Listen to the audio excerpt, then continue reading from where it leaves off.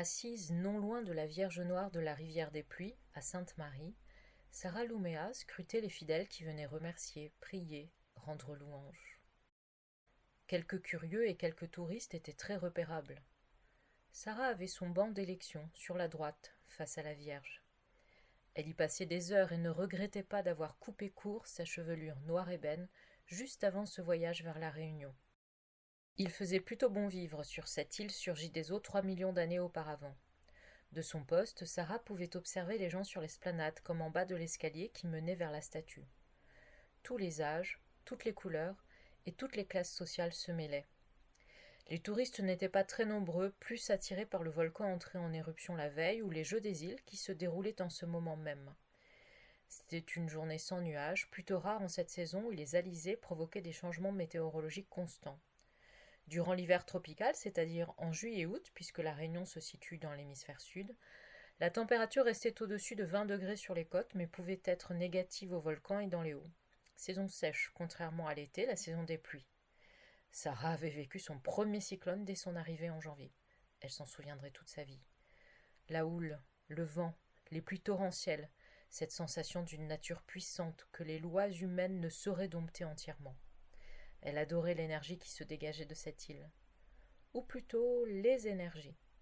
À chaque recoin, son microclimat et ses particularités.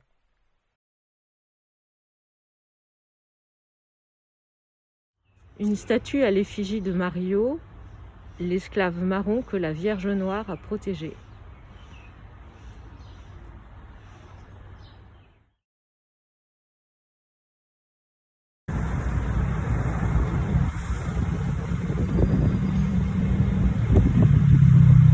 Bonjour à tous ceux qui s'intéressent aux Vierges Noires. C'est sur le bar à choix, derrière moi, que Sarah et Lucie viennent régulièrement manger, déguster des mets locaux. Ici, nous pouvons apercevoir la pierre des engagés, les anciens canaux, l'emplacement du débarcadère, qui n'existe plus,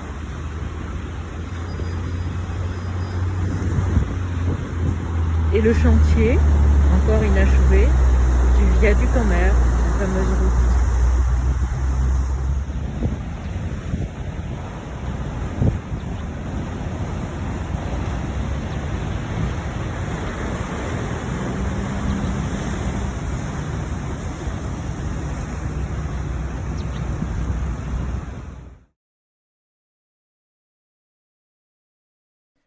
Avant de prendre la route du volcan, Sarah s'était arrêtée pour saluer la Vierge Noire.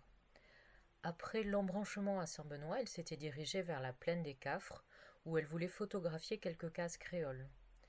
Elle roulait fenêtres ouvertes, et l'air pur s'imprégnait de différentes fragrances au rythme de l'évolution des paysages. La brume nimbait le paysage de mystère. Sarah aimait beaucoup ces microclimats. Le ciel était entièrement dégagé à Saint-Denis, entièrement couvert ici. Espérons que ce soir, les nuages manqueraient à l'appel pour contempler les étoiles au Mac. Pour cela, aucune garantie dans un sens ou dans un autre. Les conditions météorologiques pouvaient changer en moins de 5 minutes, du tout au tout. Un arbre se dressait sur un minuscule parking en bord de route, fantomatique. Si les faits existaient, Sarah avait certainement trouvé un signe.